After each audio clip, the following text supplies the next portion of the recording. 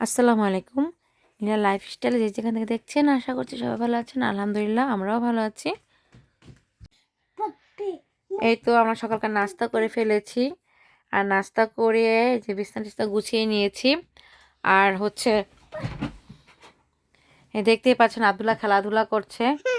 আর এই কম্বল কিন্তু আমাদের খাটের উপরেই রাখি, কারণ অনেক ঠান্ডা সেহেতু আর কি কম্বল গুছিয়ে রাখা তো সম্ভবই না।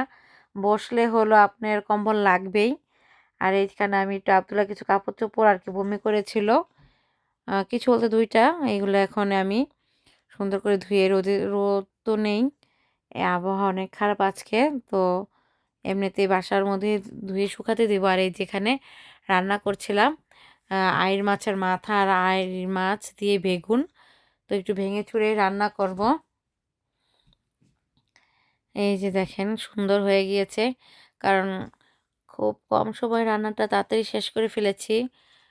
প্রায় পুরো সম্পূর্ণ দেখালাম না, কারণ কম বেশি মনে করেন আমার চ্যানেলে এই রান্নাটা দেওয়া আছেই, সেই জন্য। আর এই যে এখন দেখেন কম রান্না করি আলা বেশি রান্না করি, নষ্ট তো হবেই। আর নষ্ট হলেই তো পরিষ্কার করতে হয়, নয়তো বিদেশ বাড়িতে রান্নার যেটা স্মেল থাকে এটা সারা বাসায় ভরে থাকে। পরিষ্কার করে নিলে একটু কমে যায় আর কি, এরকমই মনে হয় আমার কাছে। যাই হোক, আমি তো পরিষ্কার করে নিলাম। আর এই যে ভাজি করেছি, আর হলো আগে ডাল ছিল, ভাত আর তরকারি।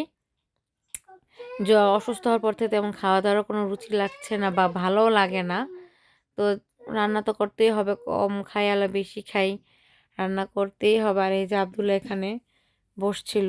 অনেক ঠান্ডা, আজকের আবহাওয়াটা এত খারাপ ধারণার বাইরে। বাইরে তো যাওয়াই যাচ্ছিল না, কারণ ওই ২ দিন আবার ভালোই ছিল, একটু মেঘলাটা ছিল না, রোদ ছিল। আর রোদ উঠলে অনেক সুন্দর একটা গরমের দিনের মতন মনে হয়। আবার দেখেন আজকে বৃষ্টিও হচ্ছে, তো একটু দাঁড়ালাম, বেশিক্ষণ দাঁড়াবো না। আমরা এখনও সুস্থ হইনি, দেখতেই পাচ্ছেন মাঝে সাঝে একটু কাশ চলে আসে। তারপর তো দুপুরে খাওয়া দাওয়া করে সন্ধ্যায় একটু রান্নার জন্য চলে আসলাম, দেখি কি বানানো যায়। তো এই যে আমার ছেলে দেখেন খেলাধুলা করছিল। আর এই যে আমি এখানে একটু পাটিসাপলা পিঠা বানিয়ে নিয়েছি।